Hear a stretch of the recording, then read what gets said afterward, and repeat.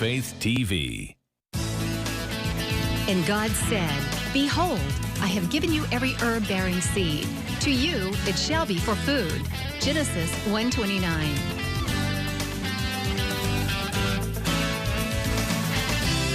Man did eat angels' food. He sent them meat to the full. Psalm 78:25. Everyday Manna with Lisa. Hi everybody, and welcome to Everyday Manna. Today we are going to continue a show. We're just kind of doing some very low carb / diabetic / ketogenic recipes that we can all eat. I mean, it's delicious food. It doesn't matter if it's low carb or not. Maybe you don't have someone in your house that isn't needing to eat low carb. They're still going to love this food. It's delicious. So today we're going to be making a comfort food that is one of my favorites, and that's meatloaf. I love a good moist meatloaf. But, you know, traditionally meatloaf is made with breadcrumbs and full sugared ketchup, or the glaze that I do anyway, and brown sugar and just all kinds of goodness. And that's just not part of the diabetic / keto eating lifestyle. So we've made some changes, and it's still every bit as delicious. Now I'm using the low carb bread, the Sola bread that I talked about on another show. I really like this. It's just, you know, it tastes like bread. And I know I'm working on some recipes for some, you know, lower carb breads, but a lot of them just taste so eggy, and that's not what I want. So I'm using just 2 slices of the Sola bread, and I'm just gonna kind of pulse that up because you need a panade or something to, you know, absorb, or, you know, to make the meatloaf moist. So I'm making fresh breadcrumbs. If you don't have any low carb bread, you can use almond flour if you want to. And I'm just going to put this in the bowl with some ground chuck, which is what I like for meatloaf. Then I'm going to add, I forgot to get my heavy cream, so let's go over here to the refrigerator. And we're going to get some heavy cream to mix just a little bit, just like a tablespoon. Not much, just a little bit. That will add some richness and some moisture. Put some more of those breadcrumbs. That'll absorb that and become delicious. I'm going to add some celery, because celery is extremely low carb. I've got my little mini food chopper here. I want this to be pulsed up pretty fine. So I like to use my food processor, and this is just a mini one. If I can get it on there. Come on, you. This one you have the handle. I like this little chopper. Very handy for cooking.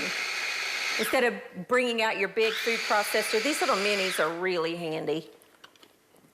So we're pulsing that to where it's pretty fine, as you'll see. Be careful of your fingers. Okay. Just get most of it out, because we're going to use it again. Got to lock it in there. Every one of them is a little different. You just have to twist that around. And then I'm going to add some onion, because onion adds flavor and moisture. This was half of a big Vidalia onion, and I really only think I need probably half of that. That was a huge onion. And we're going to do the same thing. We're just going to chop that super fine. And that's it. Now, let's get the rest of our vegetables in there. You can see that it just really, I mean, we've done those really, really fine. So if you've got people in your household that maybe don't want to eat vegetables, by pureeing them basically, you are you're disguising them and you're getting the flavor and the nutrients without the chunks. All right, so there's our meat mixture. Now, we need to add some ketchup. This is sugar-free ketchup, and there is 1 gram of carbohydrates in a tablespoon. So, compared to regular ketchup, I don't know if you know this or not, but regular ketchup has got a lot of sugar in it. And I'm gonna add, probably about half a cup. You do not need to measure this, just, eyeball it. You want about half a cup. I like a little bit of dry mustard in mine, and I'm adding, this is half a teaspoon, so I'm gonna go 1.5 teaspoons. Gonna add about half a teaspoon of pepper and about 1 teaspoon of salt. Okay? There is only one way to mix meatloaf, and that's your clean hands. Okay, get in there and just sort of toss it around. Get all of those ingredients incorporated into the meat. You don't need to, squash it to death, because then is where you get tough. And I don't want that. All right, I have a lined baking dish here that I have put a rack on. I've sprayed that rack with non-stick coconut oil, actually. And then you could put this in a loaf pan and bake it as a loaf. I like little mini meatloaves. That's just the way I like my meatloaf. That way everybody gets that delicious glaze that's on there. And it's just portion controlled. It's just a little bit, I think, easier. So I just like to make them kind of an oval, and I like to kind of make a little divot in the middle, and you'll see why in just a second. This recipe will make 4 good size meatloaf patties, and it's great the next day. My son Austin really loves this meatloaf. And I made it about a week or so ago at home, and called me, I was at work, and he called me when he got home from school, and he said, is there any of that meatloaf left? So it's really good leftover. It's good the next day. And if you're just 1 or 2 people and you don't want to have the leftovers the next day, freeze it. And then you've got, your meatloaf, once it's cooked, just freeze it, and then you've got dinner done. You just need to thaw it and heat it up. All right, now, let me rinse off my hands just a little bit. I'm not gonna wash them yet because I'm getting ready to make another mess. For the topping, you need some more ketchup, the sugar-free kind. I like a lot of topping, okay? Then I need a little bit of brown sugar. I'm using the brown sugar substitute, if I can get it open. Oh, my hands are wet. I didn't think this through, did I? Okay, I'm gonna need a little help. My camera people, my hands are slick. Okay, and I'm gonna add some more of my dry mustard, about 1 tablespoon there, and a couple of tablespoons of this is the Swerve. It's just a brown sugar substitute, very low carb. And we're gonna mix that all together.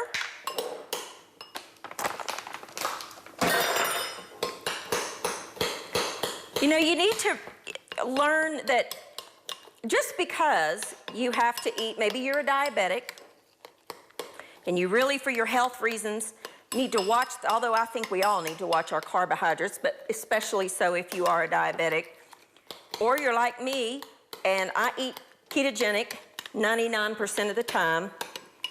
I don't want to give up good food.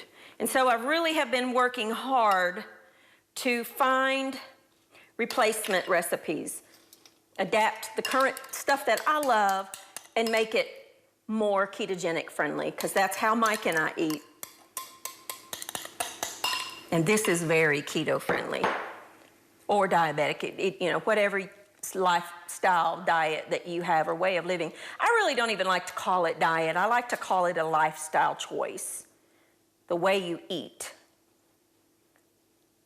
Okay, coat those up really good with that wonderful, delectable sauce, and that will go in the oven at 375, about 30 minutes or so, and you will have one of the best little meatloaves that you have ever put in your mouth. I'm gonna pop these in the oven, clean up. When I come back, we're gonna get started on a dessert. Yes, you, my friend, can have dessert even if you're low carb and or keto. I'll be back in just a minute.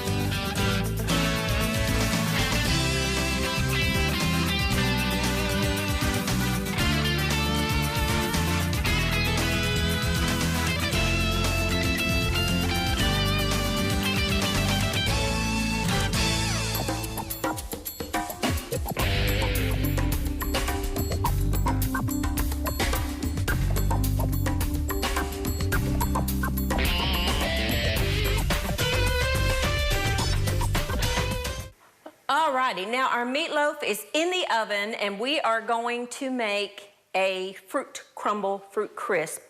Just because you're keto or low carb does not mean that you can't occasionally have dessert. I know on ketogenic diet, berries are allowed. So I have here a mixture of raspberries, blueberries, and some sliced strawberries. That's it. And I'm gonna put those in the bottom of a little small baking dish. And I have here some cinnamon, some of the brown sugar substitute, and a little tiny bit of salt, about a half a teaspoon, because you need the salt to bring out the flavors. Well, let me do these first. I've got a little bit of melted butter, a couple of tablespoons. And then I have some pecans and some almonds that I have put in a bag, and I'm just gonna crunch those up. This is gonna be our topping. You know, we have made in the past a fruit crisp that we use oatmeal, and we're not, you know, obviously on carb-friendly or keto diet, oatmeal is out. So, nuts are a great substitute. And I'm just going to put those in that mixture and stir that all together, making sure that that brown sugar is all dissolved. I'm gonna add about 5 or so drops of the, well, this is a streamer, the liquid stevia, which is derived from a plant, so it's okay. Because berries sometimes can be a little bit sour. Although I've been nibbling, and those are good berries. And you just want to kind of sprinkle this over top. Nuts are an excellent source of vitamins and minerals and heart-healthy oils. And they are very carb-friendly. Okay, I just want to kind of evenly distribute that. Oh, that cinnamon just smells so good. Now, you can, if you wanted to, you could cook your berries a little bit ahead of time. I don't like to do that because I like my berries to still have that, retain their natural shape. And oftentimes, if you cook them before you start this and then they're gonna bake in the oven, they just get broken down too much. That's simple. All you gotta do is pop this in the oven alongside your meatloaf, which smells fantastic, by the way. And, oh, the best part is yet to come. Now, traditionally, with meatloaf, we have mashed potatoes. Well, I am so sorry, but mashed potatoes are not allowed on a low-carb diet or on a ketogenic diet. So, all the rage has been mashed cauliflower. And I'm here to tell you, the way I've been doing my cauliflower, I would rather have it than mashed potatoes. And that's the truth. Mike and I both are like, I would rather have the mashed cauliflower than mashed potatoes. It's just, and I never thought I would be saying that, but it really is very, very good. So, I am going to cut off, this has just been washed, cut off all those little leaves. off of my cauliflower. If you can find the cauliflower florets already in the grocery store, you could use those, but I find they're expensive, and really this is not hard to do. So, get rid of all of that. Mike and I have been eating the ketogenic diet plan for, I don't know, 4 or 5 months now, and we both are super impressed with the results. And he's lost around 40 pounds, and I've lost about 20, 25. So I'm very happy. All right, now, what you want to do is cut your cauliflower into florets and put them in a pan with some cold water. Sometimes you might need to cut them into smaller pieces. You want them all to be relatively the same size. I love cauliflower, and I cook it very often, many, many ways. I love it roasted. I love it steamed. I love it rice. It makes a great substitute, by the way, if you've never had riced cauliflower. Makes a great substitute for rice, because rice is not carb friendly at all. Although I love it, it's not carb friendly, so we just don't eat it. We eat this, and it's really good the way that you do it. It's all about learning to cook the way that we should eat. And I tell you, I think people as a whole, we could all eat lower carbohydrates. I am convinced. I'm not a dietitian. I'm not a nutritionist. I'm just a person who loves to cook. However, and I shared this on the last program, but in case you missed that, after about, I don't know, 5 or 6 weeks eating very, very low carb, I went to the doctor and had my labs done. And for the first time in my life, and I've battled cholesterol, my A1C, the glucose meter is, it was creeping up there, pre-diabetic. Although I eat healthy, it was still a problem. And I've battled cholesterol for decades, literally. For the first time in my life, my labs, 100% across the board, were normal. My cholesterol was below 200. My triglycerides went from, was around 400 and something down to 72. My LDL and my HDL levels were just exactly where they needed to be. My A1C came down. My glucose, finger pricks, measures were all normal. All of my levels across the board came down, and really the only changes that I made were eliminating the carbohydrates, pretty much. Might eat up to about 20 grams of carbs a day is it. And it really does work. So that's our success story. So I'm just gonna put some cold water to cover, get it on the stove back here to let it boil. When I come back, we will check our meatloaf and our desserts, and I'll show you how to make this the most delicious mashed cauliflower you have ever had. I'll be back in just a minute.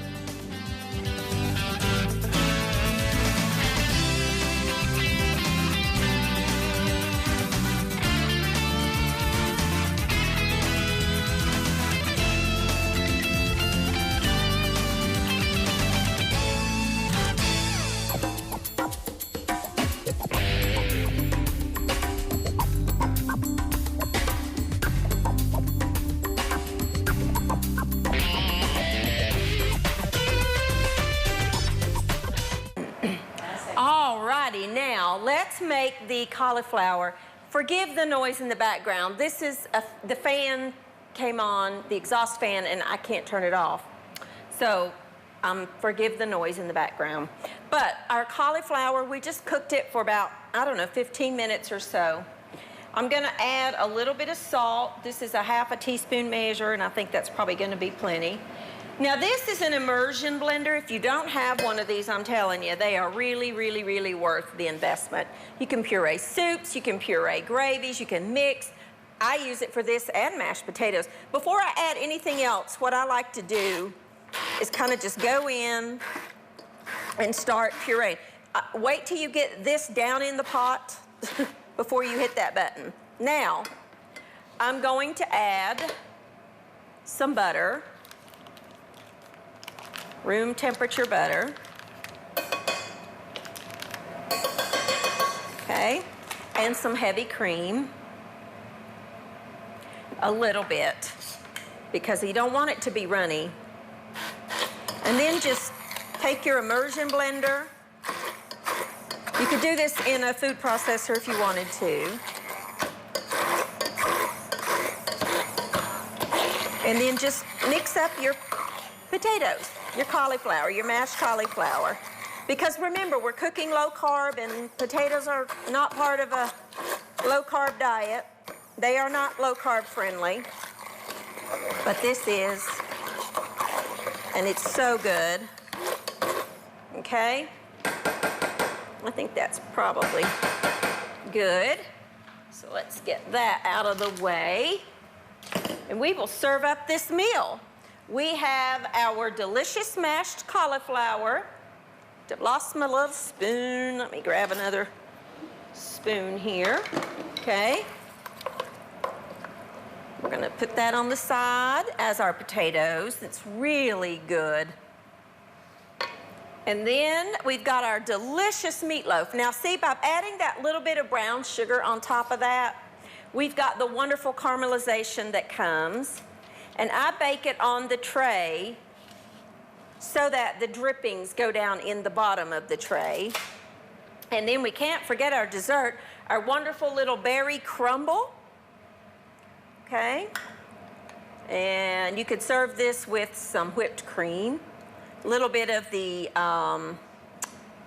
powdered erythritol would be delicious over top of that. And there's a wonderful, easy, quick dessert that would be great the next morning with some coffee. So there's our wonderful low-carb meal. Put a little butter on there just for good measure. Maybe a little tiny bit of pepper, because I like pepper on mine. All right. Now there's our delicious and healthy mashed cauliflower instead of mashed potatoes. And we've got our wonderful meatloaf that we made carb-friendly by swapping out a couple of things.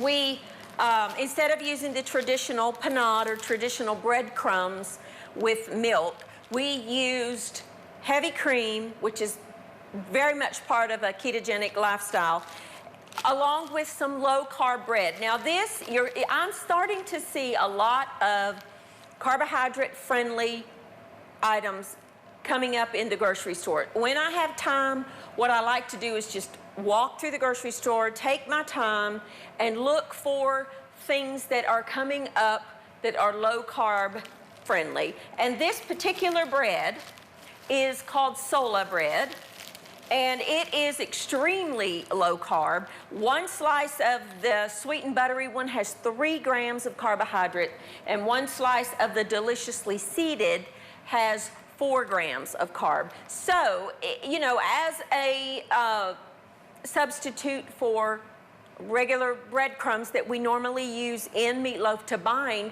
I just used the lower carb bread because I'm saving significantly on carbohydrate count, and it's delicious. I love this toasted in the mornings with some butter on it and maybe a little bit of, I'll take cinnamon and mix it with some of the erythritol, the sugar substitute, and make it my own cinnamon sugar because I love cinnamon sugar on toast, but I can't eat the other sugar. So I use the sugar substitute, the erythritol. It comes in granulated and powdered. The powdered sugar, you just equally substitute whatever the recipe calls for in powdered sugar, you substitute it equally. And then for the topping, we used sugar-free ketchup and a little bit of the brown sugar substitute, the brown sugar, the carb-friendly Swerve brown sugar. It's delicious, and it makes a wonderful, healthy, homemade comfort food that we all love to eat. And you can eat low carb in your home. You just have to know how to swap out ingredients for things that are more allowed. And then for an occasional dessert. Listen, we don't need to eat dessert every day. This needs to be a treat. This is our mixed berry crumble. We've got strawberries, blueberries, and raspberries, which are all allowed on a ketogenic diet, which is how I eat, and it's also very low in carbohydrates. That's why it's allowed on keto, because their glycemic index is very, very low. We made a topping. Instead of using oats, we used nuts. I used pecans and almonds and pulsed those up, added a little bit of other ingredients to that to make the crumble, and then we just baked that in the oven, and it's delicious. These are things that you can cook in your home that are delicious and healthy and much, much better for you. If you need to watch your carbohydrate intake, then cheating on your diet with the very high carbohydrate mashed potatoes. We've got the mashed cauliflower that I honestly prefer. And then our meatloaf, you will not be able to tell the difference in that meatloaf and a higher carbohydrate count meatloaf. So here's some recipes for you to try. Thank you for joining with me, and I will see you next time on Everyday Mana.